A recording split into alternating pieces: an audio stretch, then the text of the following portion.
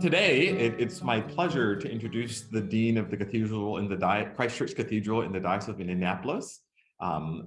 Dean Gray is with us, who also is a church planter and was going to talk to us a little bit about the tips that could be helpful in our ministry as we continue to look to redevelop and in some places develop the churches in the places that we're serving. So Gray, without much further ado, the Zoom floor is yours and we'll spotlight you in a second. Okay. Hi, everybody, and special greetings to my dear friend Lou Ann Connor, and also know Kevin McGrain from church planting work. So hello to everyone, and greetings from the Diocese of Indianapolis and the people at Christ Church Cathedral in Indianapolis, and especially our Bishop, the Right Reverend Jennifer Baskerville Burrows. It's great to be with you today. Just as a little bit of background, I met and got to know your Canon Whitney Rice at Christ Church Cathedral. We are located in the heart of Indianapolis, and we served together when I was on staff from 2008 to 2015. And then I'll tell you a bit about the story of church planting in just a moment, but I got called back to Christ Church Cathedral after planting a new church. Christ Church Cathedral is about as traditional as you can get. And so it has been illuminating to be in the system and then go out of the system and do something totally different, and then to bring that lens of a church planter and the tools of a church planter back into the system. I do not profess to be an expert at this, so all I am doing today is sharing with you some observations of what worked for me in a particular context at a particular moment in time. So I would invite you to take what I've learned and use what works for you and throw out the rest, and also feel free to reinterpret it into your own context and ministry. And to feel free to push back and say that might not work for me for very good reasons. So with that, they've asked me to present for about 40 minutes, and then I want to make time for your questions. So I'll jump right in, and I want to make sure you can see my screen. So just one second here. And if I turn it on slideshow, is everybody able to see that? Okay. So the church that I planted in 2015 was Good Samaritan Episcopal Church in Brownsburg, Indiana.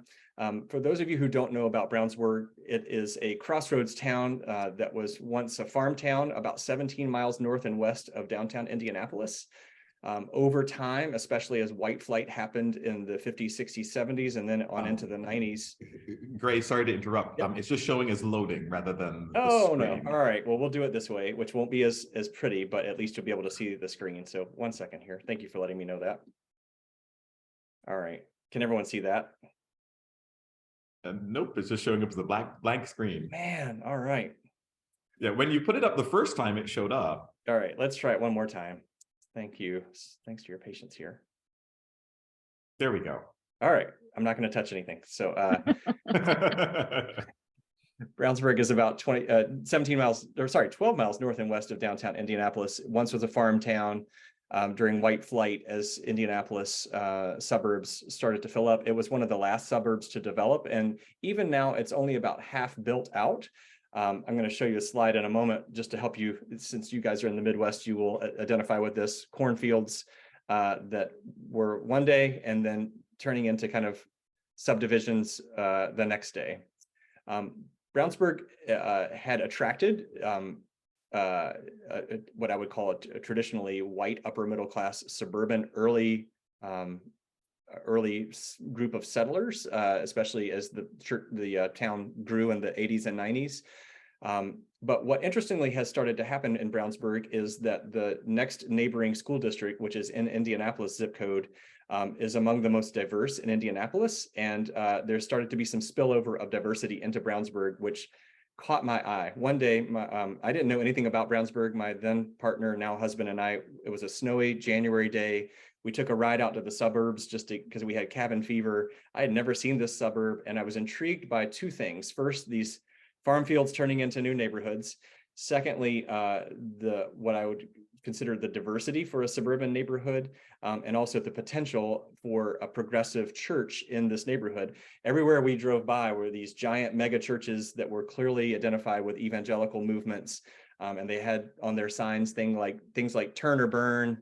So it was pretty obvious that there was no open-minded progressive Episcopal church or any other mainline church in that area that could offer a message of hope and liberation in the way that we know the Episcopal Church can offer it.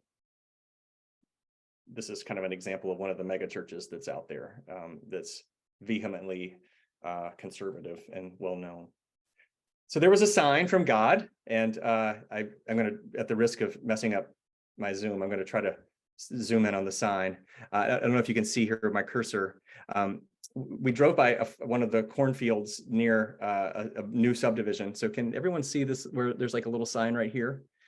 Now, this was a sign that was, this picture was shot by Google Maps like in 2007. So when my partner and I drove past this sign from God, it was 2014. And by this point, this sign was not on, not hanging upright, but was really hanging on by like one nail and tilted. What you can't see on the sign is it says, future site of the Church of the Holy Spirit, an Episcopal church in the Anglican Communion.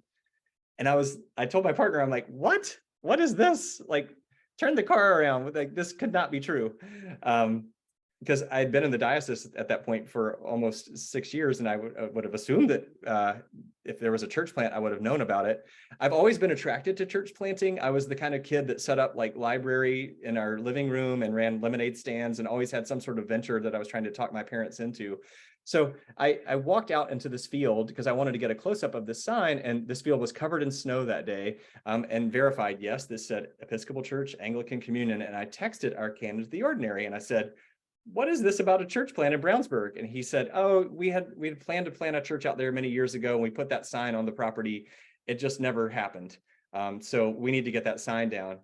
And I wrote him back and I said, somebody needs to plant a church out here. Like, this is a fast growing neighborhood. They're starting to see diversity, like, because we could see diverse families on the streets that day playing out in the snow.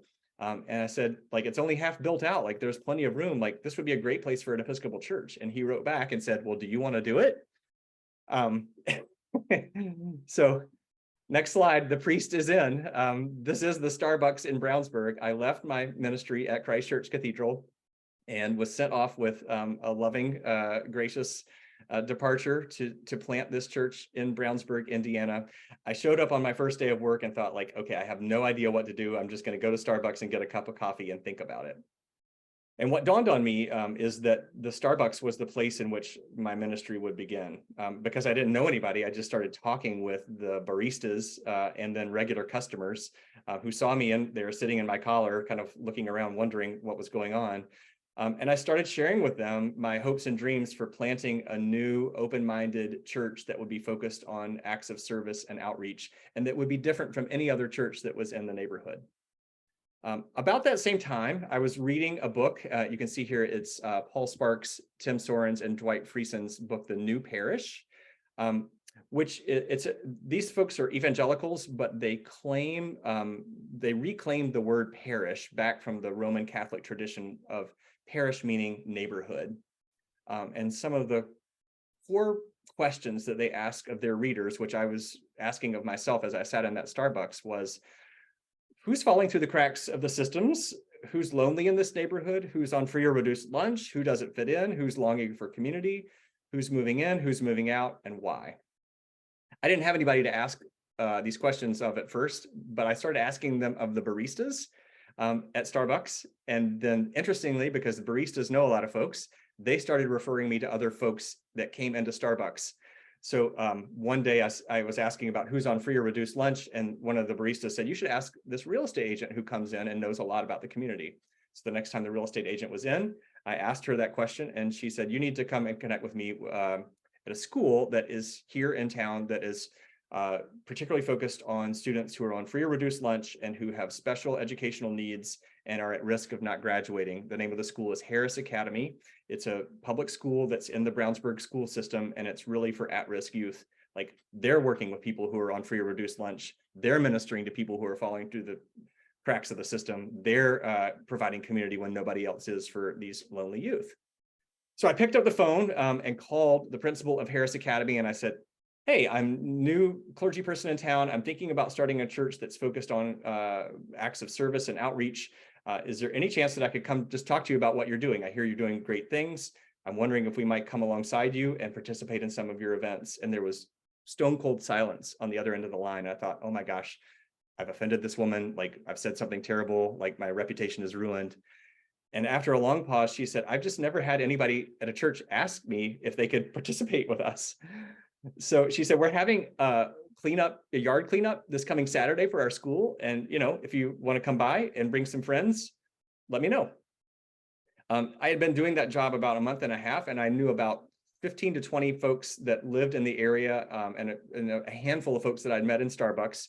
And I called, begged, and pleaded with them to go show up to this first gathering, this cleanup day. And here we are. We were at the Harris Academy cleanup day.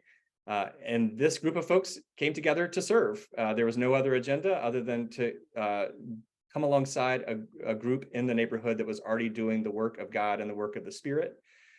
This group of folks just decided they really liked each other that day. And from that first gathering, Good Samaritan Episcopal Church was born. The group said, we should get together again and do another act of service. So one act of service led to another, which led to another. Interestingly, the school, this was in April, the school was closing for the summer at the end of May. The school ran a food pantry for its students and families, but didn't have a way to operate during the summer because the staff was going to be on vacation. And so I offered to the principal, I said, hey, our ragtag group of 12 people could run your food pantry for you over the summer, which she said yes to. She gave me the keys. I was shocked. And we started our first official service one day was after a food pantry gathering where we decided to celebrate Holy Communion on the same tables where we had fed clients and students and families from the school. Multiple gatherings occurred and ensued, and ultimately Good Samaritan Episcopal Church began to be formed with this particular mission. We are a group of open-minded Christians who strive to do what Jesus teaches: love, serve, and include all people without exception. We are building a joyful, courageous, diverse, and creative fellowship that puts our faith into action. We gather to celebrate, to grow in faith, to go beyond our walls, and to connect with and serve our neighbors. So we did not have regular worship at that point. We did not have a bishop's committee or a vestry or anything other than this ragtag group of people who united around this common mission and chose the name of this Episcopal Church. We started to meet together regularly in pubs for formation, and then we started to meet together regularly to do outreach service. Interestingly, the food pantry, they needed our help throughout the year, and the school began to invite us more and more into their classrooms to help out. This is a public school in Indiana. I was shocked that this happened, but we just went with it. As our church community began to form, we then, after a year and a half, began to meet on a regular basis on Sunday mornings for worship. But our worship was always followed by an act of service. The school let us use the space, a space at the gym in the school to do our worship. And so we ended up doing a lot of acts of service for the community after our worship.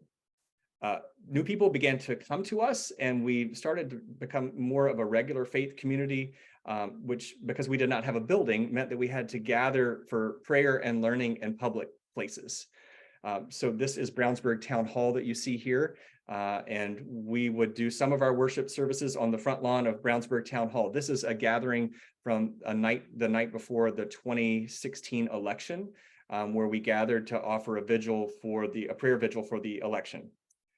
We gathered at a pub, Green Street Pub in Brownsburg, for a pub theology.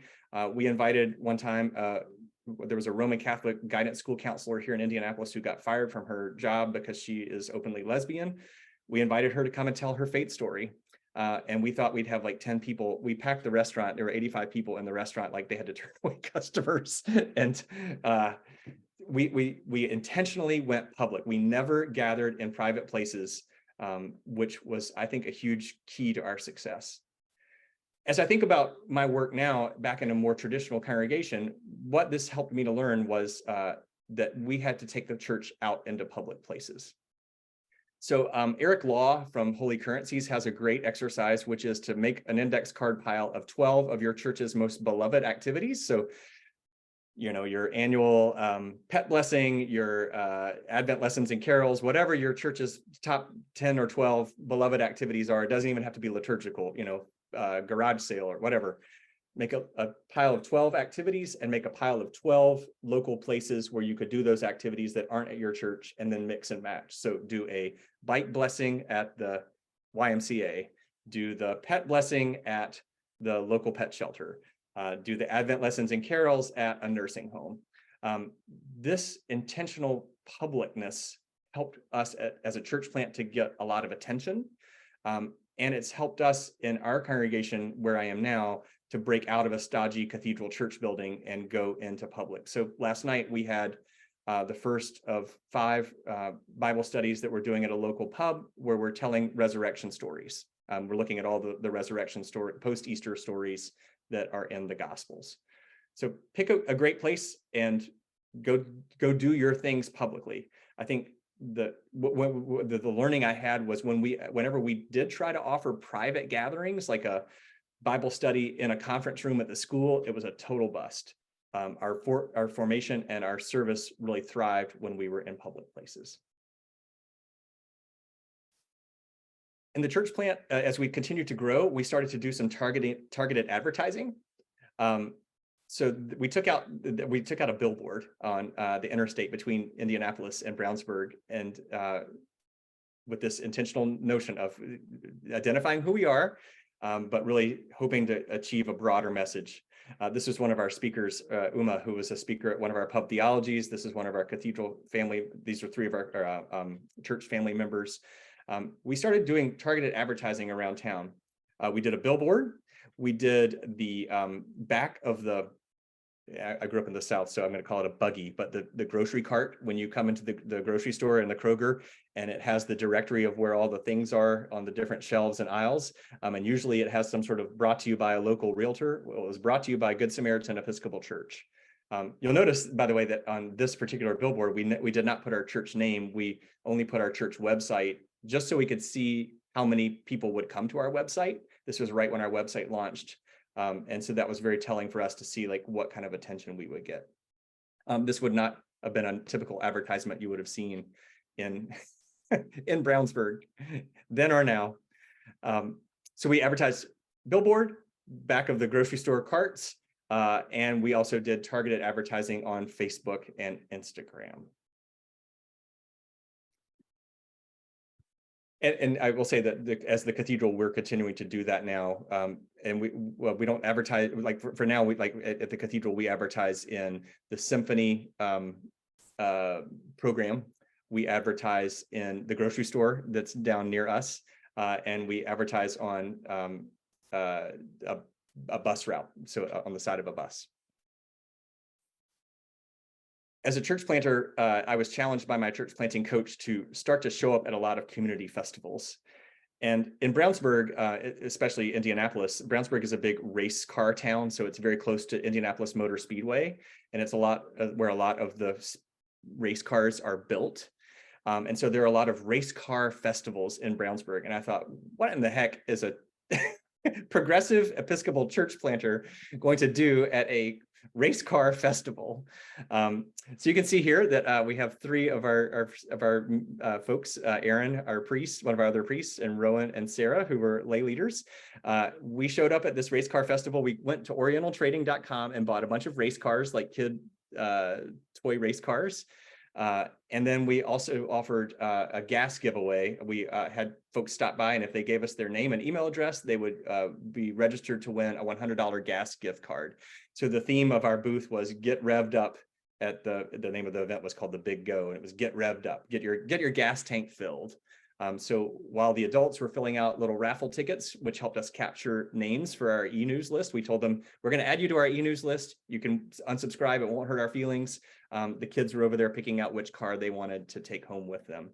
We were also really clear. You can see here, this is a sign that kind of exudes our open-minded identity. It provided for a lot of interesting conversation, and people would stop by and talk to us. My clergy coach had me go through the city calendar and identify every festival, public event that was going to happen, and to think about a plan to show up at 80% of them. So on the cathedral side now, we look at all of the events that are happening in our neighborhood, and we have a plan to show up at each of these with some sort of activity that is congruent with the theme of the festival itself. So what sort of festivals, what sort of public gatherings are happening in your neighborhood? And can you train a handful of lay leaders to come along with you and to have fun?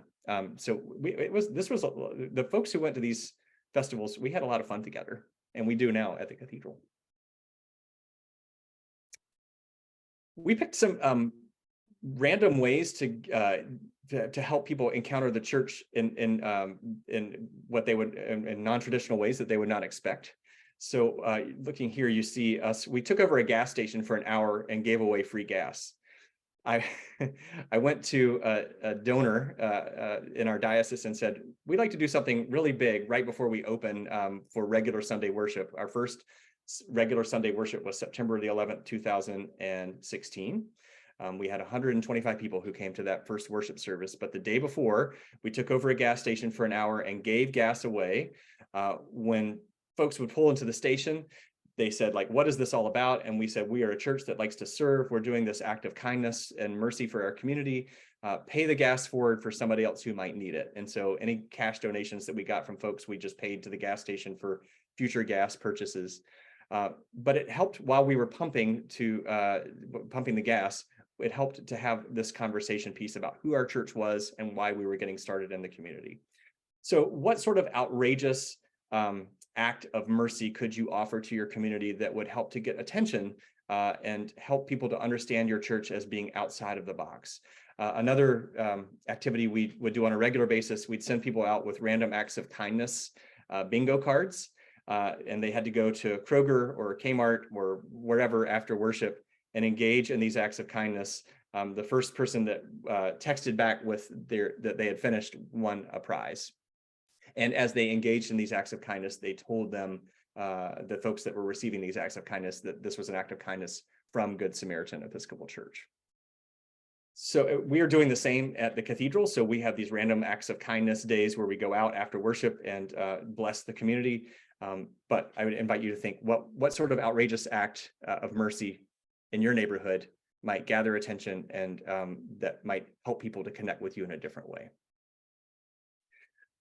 One of the big pieces that we learned at Good Samaritan and that we've carried over at Christ Church Cathedral is to ask ourselves, who is already doing the loving, liberating, life-giving work of God in this community that we can come alongside and connect with? What organizations and agencies, nonprofits, secular or for-profit groups are already doing the work of the Spirit, and we need just to come alongside what she's already doing. One of those was the the Equality Alliance at Brownsburg High School. So I called up the advisor at Brownsburg High School and said, I hear you have a gay-straight alliance. This would be something that our church would be a giant proponent of and value. Is there any way we could come alongside and support your group? Like, we see God doing work in you. And again, there was awkward silence on the other end of the phone. And he said, like, are you trying to convert these kids? And we said, no, we are just coming along as cheerleaders. What can we do? He said, well, they come to my classroom after school, but they need snacks. Would your church be willing to just show up with some snacks? And we said, sure. I said, can we sit there quietly and just observe what they're doing? We want to see them in action. And he said, yeah, as long as you don't talk. So we would come every week with like Lay's potato chip little mini bags and Cokes and brownies and all kinds of stuff. Let them know that we were from this church, but that we were just here to thank them and to cheer them on.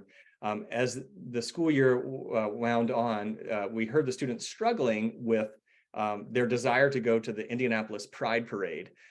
Again, this is a school that's about 12 or 15 miles from downtown Indianapolis where the parade was going to occur.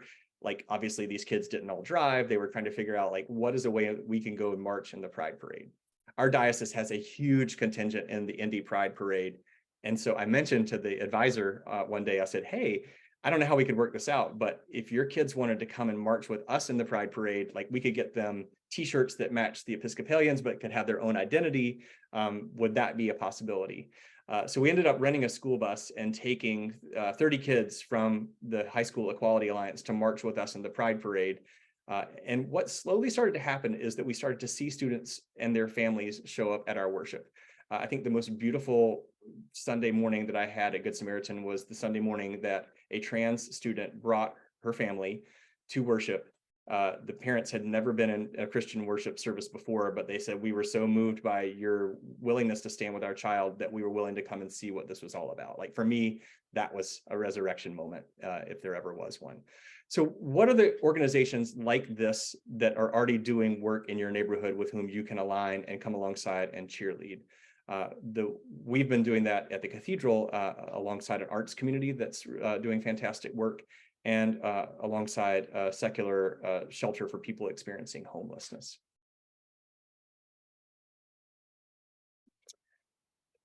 The New Parish book was also really helpful in offering these questions, which really have informed my ministry as a church planter, and then even now as a more traditional church rector. So I'll just pause and let you look at these, because this sort of illuminates and further highlights the work we did with the Equality Alliance.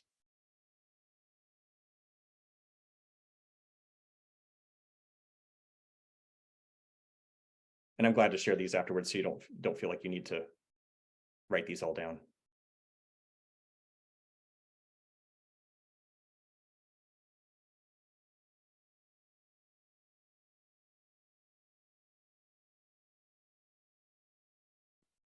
Something else I'd encourage you to think about is engaging in one-to-ones. This comes from the field of community organizing, where you just reach out randomly, cold calls to folks and say, you probably know a lot about this community and I could use your wisdom.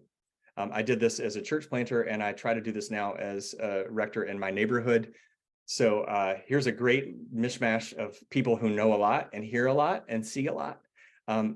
And I'll show you what I talk about in just one second. So just take a look and see if there's any that would catch your eye that may have valuable information or stories to share that would help you to further engage in your neighborhood.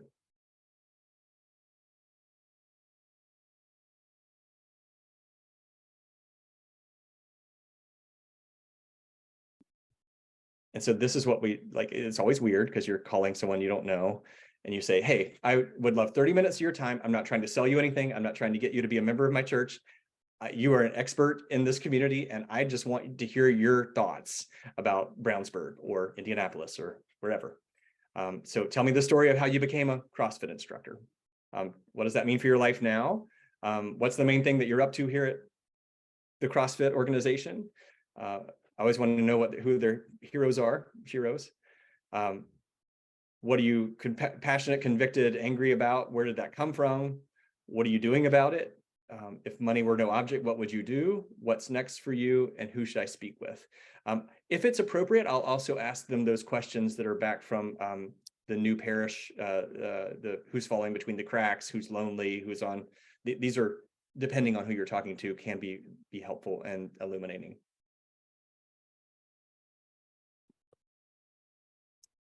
I'd invite you also to think about finding interesting partners and celebrating their service on Sunday morning. Ministry partners, yes, but also nonprofit partners, and even possibly for-profit partners.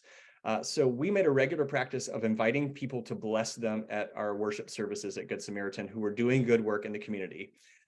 These are 3 young women who have a ministry as live Disney characters, where they go out to hospitals, nursing homes, and schools and other places to interact with kids and to bring blessings. Totally secular. We learned about them, and we asked if we could bless them, and we also asked if we could help them in some way. So they came on a Sunday morning. At the end of the liturgy, we talked about their ministry, and again, it's a nonprofit, but we saw it as a ministry.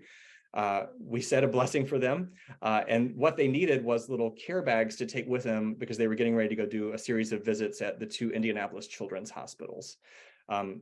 So it made a great story for us on our social media. We were able to tag them on our social media, and so we also showed up on their social media and leveraged their contacts in their organization.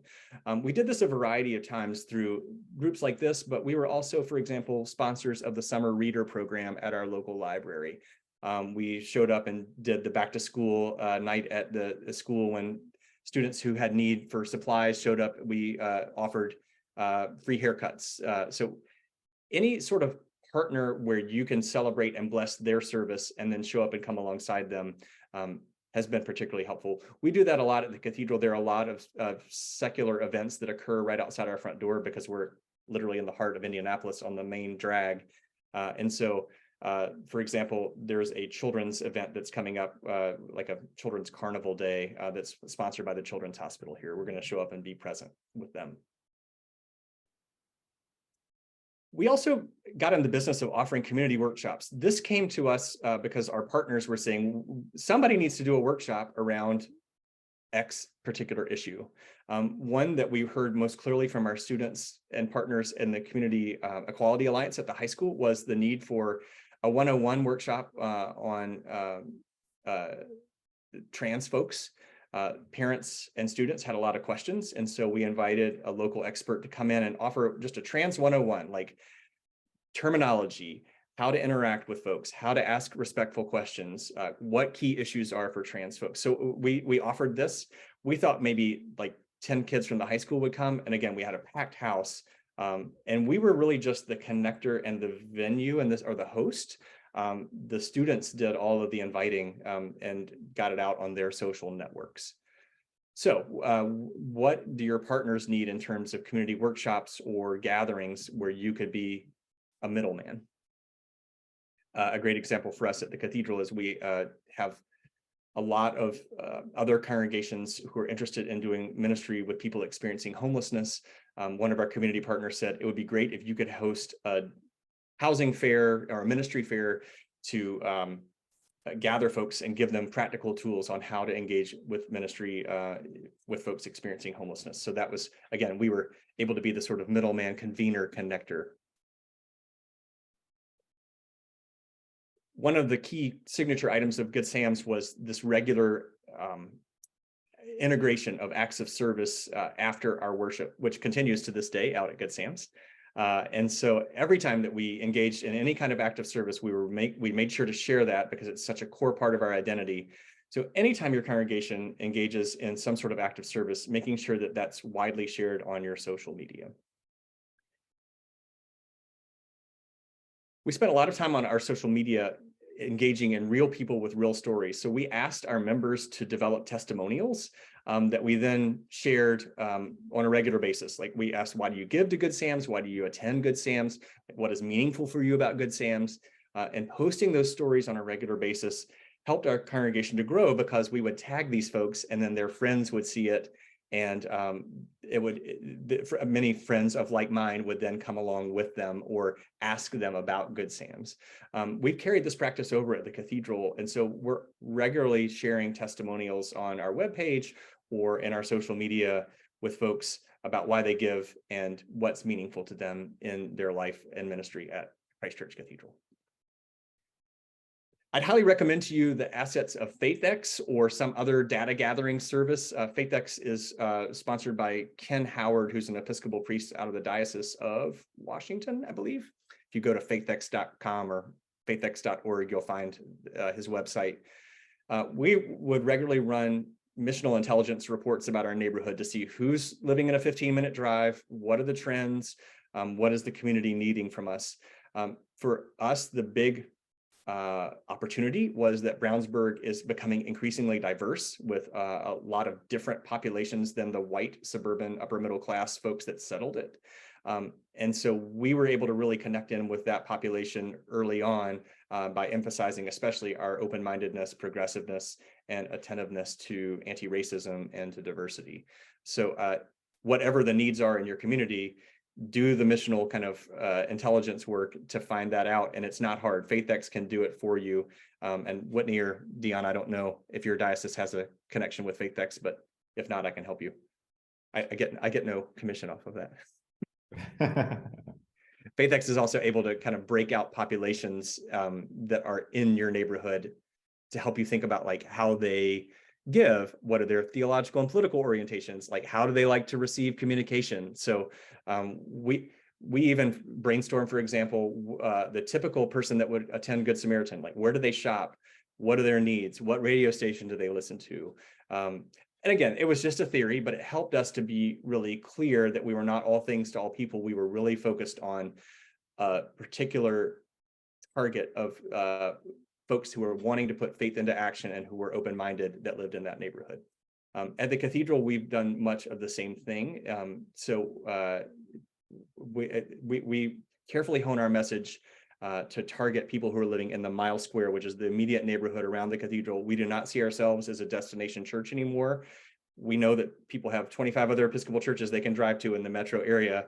So we've quit trying to be that sort of center for excellent music and liturgy that people will drive across town for, and instead really leaned into being a church for our neighborhood that looks like our neighborhood.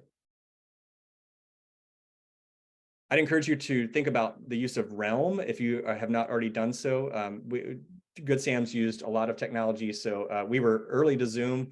Before COVID happened, when on snow days, we would have our worship already on Zoom. So when COVID happened, we quickly pivoted to Zoom with no problem. But Zoom, Google Drive, because we didn't have any, and Good Sam still doesn't have an office or a church building, was critical for us. And then Realm, which is a tool of ACS, was really helpful in looking at analytics, especially around how people give and how they attend. So we kept meticulous records on attendance. And we started to do that at the cathedral, which has been really helpful to see, are our actions really, our ministry and kind of outreach actions influencing people's behavior around giving and attendance. My last slide is, I'll go back to, I'd say if you need one critical takeaway, it's this slide. It's this asking these key questions about your neighborhood. This is what I most do as a rector now, after my church planting work that I didn't do before, is thinking about who's falling through the cracks, who's lonely, who doesn't fit in, what's new in our neighborhood, why are people moving in, why are people moving out. So with that, I'm going to pause, and that's all the slides I have to share. I'd love to have conversation with you via chat, or please feel free to unmute yourself. And I'd love to hear your thoughts, reactions, what spoke to you, what concerns you, where the Spirit might be stirring in you.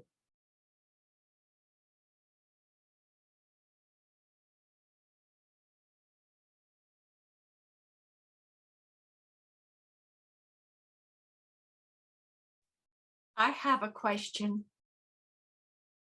Please. Did you mention that you had a coach?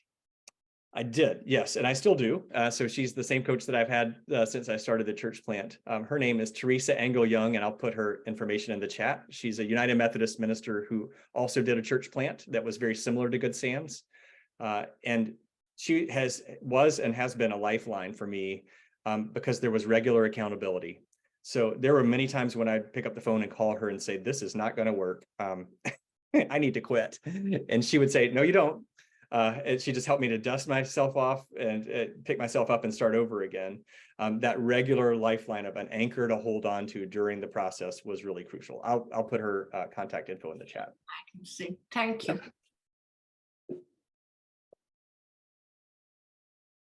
Emily, I saw you waving. Mm-hmm. Yep. Yeah. Am I on? Yes, Yep, I am yep, on. go ahead. Yep, I want to go to your church. Yeah. I wonder how much I'm kept from things by not. I mean, I can do computer stuff great, but like social media, that kind of stuff, I guess it's just buckling down and stop spending so much time on worship bulletins. Well, and I will say I was gifted by people who knew a lot more about this than I did that came alongside us. So I had to be willing to let go of control, which was hard for me. But there was someone who was just much more gifted at social media than me. So she did a lot of that. I'd say the biggest learning, and even now, like Teresa, my coach, has to challenge me, like, are you getting out of the building on a regular basis and walking through downtown office buildings with your collar on and your name tag on, just so people can see you? Like, are you regularly having office hours at a coffee shop or some other public place? Again, the big temptation is just to hide in our big, beautiful building. So that was really the hardest hill to climb, is being out in public. I mean, the fact that we had no offices was miserable, but also what enabled us to grow.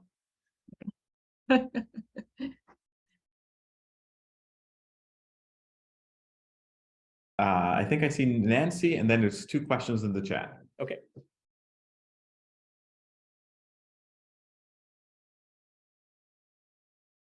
Nancy, I think you're muted. I'm sorry, I'm having issues with my computer, but thank you. This has been really wonderful. So does Good Sam's now have a church, a sanctuary and an office? They do not, no. So they are still meeting at Harris Academy. They are in sort of a chapter 2 of their ministry. Other church planters told me, you will know when the time is right that your job was to get the baby born and get out of the way. And I thought, oh, this will be years before this happens. And then it happened. I was starting to get kicked out of meetings where they were like, we've got this, like, you need to leave. And I was like, wait a minute, is this a sign? And it turned out to be kind of a sign that, yeah, they had it and that they were ready for a next chapter in their ministry. So they have a long-term plan. They still own the land. The diocese owns the 8 acres of land where that pitiful sign was. They did take the sign off. And now Good Sam's is dreaming about the possibility of opening up a community center on that land that would have a multi-purpose space where they could worship on Sunday mornings, but that would be used by the community every other day of the week. So imagine just an altar behind a wall, you open up the doors, there's the altar, close it, and it's just a community center. And they're talking with other nonprofit partners about sharing that space.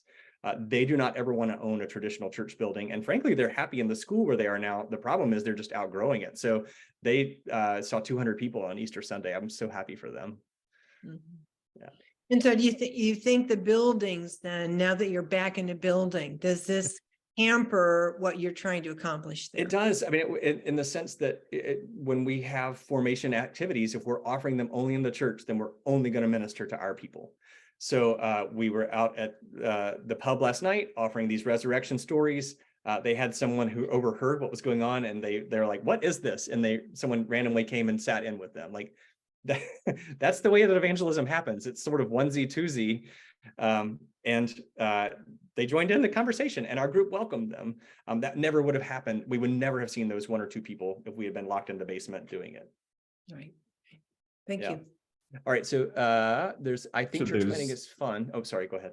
Oh, no, go ahead. I was just about to read that. Yeah. Okay. How are you not able to not be drained? I was drained a lot. And so as I was telling Bishop Dion and Whitney before you guys came on, my grandmother is a devout Southern Baptist, and her Baptist minister said, I planted a church one time, and he said, prepare for a lot of spiritual warfare. And I thought he was crazy. And boy, was he ever right. Lots of moments of darkness and fear and, oh my gosh, I can't do this, and it's too overwhelming. And so what was crucial to me was the community I had with our diocese. So for the first year, I went around every Sunday morning to a different congregation and just told them what I was doing and asked if they would support us. So some congregations gave me $100 and a box of crayons that were from the Sunday school rooms. Another congregation gave us $25,000. So like that diocesan support was crucial. The diocese gave me a desk in the diocesan offices, which was so nice just to have a place to land when I needed just to, write a sermon. But I wasn't, as the bishop says, if I see you here a lot, then I'll know you're not doing your job. So it was a blessing and a curse. I had a supportive spouse, and I did a lot of self-care and just therapy, spiritual direction, exercise, and realizing like, this isn't all dependent on me. Like, this has to be me, the Spirit, and the people, and we all have to be working together. And if it for some reason doesn't work out, like, the Spirit will figure out another way to do this. There's a question around the difference between your experience with an outreach at the cathedral and established community and planting Good Sam's. I'd say the biggest difference and we've really pushed the cathedral this way since I've come back to the cathedral. The biggest difference was Good Sam's had no outreach team. We only partnered with other organizations for outreach because we didn't have any capacity to do outreach really ourselves. So we only would work with nonprofits and come alongside them. So on Sundays, we would invite a nonprofit to be with us, and we do an action with them. So Habitat for Humanity, for example, or the food pantry at Harris Academy, or the 3 women who did the Disney characters. So that's one way of doing outreach where you have no existing ministry and just come alongside folks. The cathedrals had years and years of sort of the outreach ministry team. What we have done at the cathedral is said, let's find our passions, or what is God calling us to most? And so we've discerned the 3 areas for us are ministry with people experiencing homelessness, ministry around immigration, and ministry to dismantle and disrupt systemic racism. And we've asked ourselves, rather than starting our own ministry, like, who's already doing this work with whom we could partner and come alongside? So all of our grants, all of our missional activities are about external partners now. It did ruffle feathers and cause the old guard to grieve they're not being able to have our own private ministry, but it's strengthened our relationships in the community.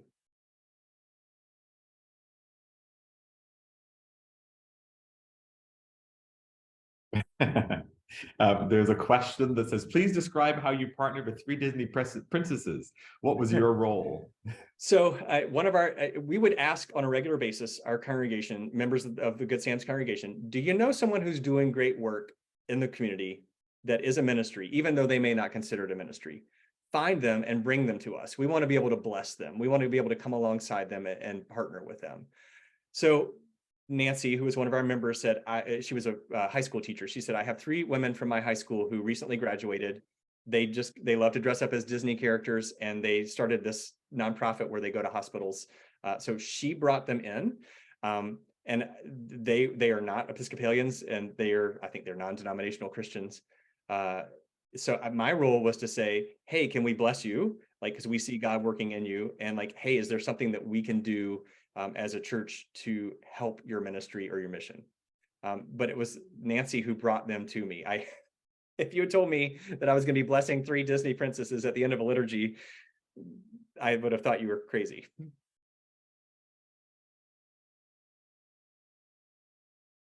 Oh, we have time perhaps for one more question. Canon for Evangelism and Discipleship Development. Thank you, Bishop. Gray, how did you approach formation differently? I mean, I know you practice formation in public, but was there anything different about how you wanted to form folks into ministers at Good Sam's that would be wanting to be engaging in acts of service every single time they came to worship? How did you approach that? Thank you. Yes. So we had sort of different tracks for formation. There was the initial track of like, I'm new and I don't know anything about Christianity. And so we had some kind of basic catechesis that we did. And we called it Christianity 101. And we did that in public at pubs. But then we would build in a formation activity after every act of service. So we would look at a Bible story that emphasized outreach, or we would look at a story of transformation in the epistles. And we would ask our folks, how did you see yourself in this biblical story today? Like what character were you? How did I'm thinking of the story of the Good Samaritan, like how were you the Good Samaritan in this particular outreach event? So it was constantly taking an act of service and pairing it with an action reflection item. I mean, sometimes those were done quickly. It was like at the end of the food pantry, we were all tired, we were ready to go home, but we'd stand in a circle for 5 minutes and reflect.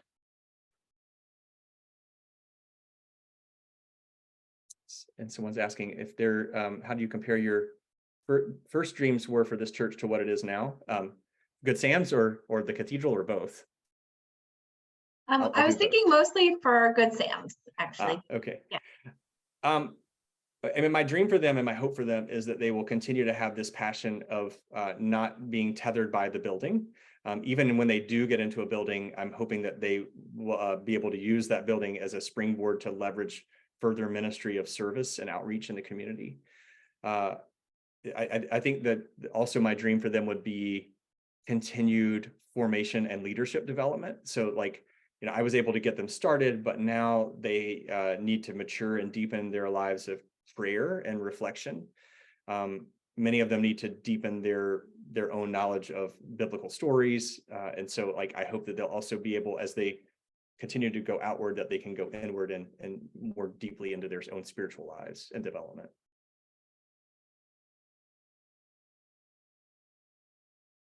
Awesome. Well, thank you so very much, Gray.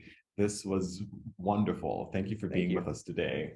And I'll share the slides with Whitney, and then have Whitney, you can share them out with everybody. Feel free to contact me if you need to have a sounding board or want to run a crazy idea by somebody. I'm always glad to listen. Awesome. Thank you so much. A few quick announcements for the good and welfare of everyone. On April 28th and 29th, we have Title IV training. So if you're not up to date on your Title IV training or your Title IV understanding, this is one of those canonical things. Please make sure that you are able to attend this. I mean, we're going to have it again next year, but why wait till next year? You might as well do it this year. And then there's a Dismantling Racism Commission, Dismantling Racism training, which is required again by canon for all of the clergy. It's happening June 9th and 10th. So if you're able to be there, please join us for that. June 10th is also the women's celebration here in the diocese, which I have to remind folks that the women's celebration, it's a celebration of women's ministry. So you don't have to be a woman to come to the liturgy. I think I was the only male clergy at the last women's celebration. So it is open to all of our clergy to come join us for the women's ministry celebration. Any other announcements for the good and welfare of us all? Well, seeing none, I'm going to pull back up our screen and we will do our closing prayers. If I can find where I put my slideshow, which does not seem to be showing up. Oh, there it is. Deacon Deb, I think you're up.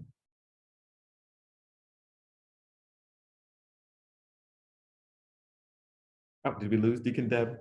Oh, no, there she is.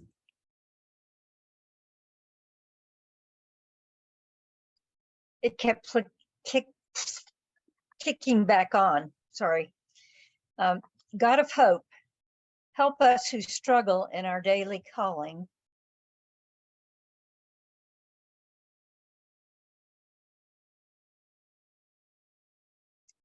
Precious Lord, you know what it means to carry a heavy load.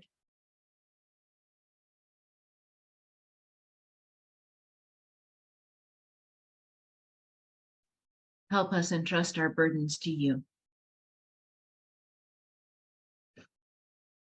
Holy Lord, you walked many a winding road. Help us see all parts of our lives as sacred. Gracious Lord, so many hunger and thirst in our world. Strengthen us for service, so we may be bread and wine for others. Precious Lord, as we return to the work of this day, take our hands and lead us on. I invite you to offer prayers either silently, aloud, so feel free to unmute, or in the chat.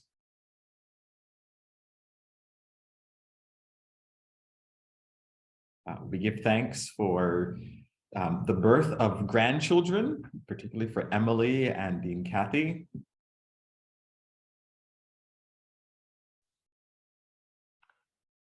Pray for Paula and for the repose of the soul of George.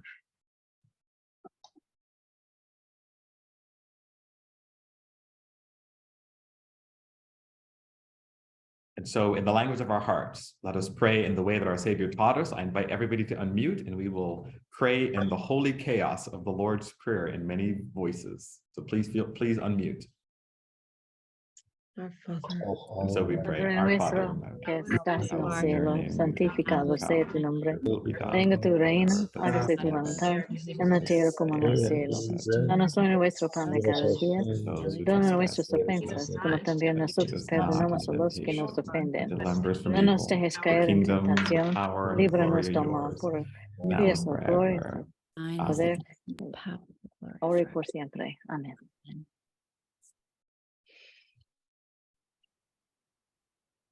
go in peace, go in hope, go in love, go in service to God. Go.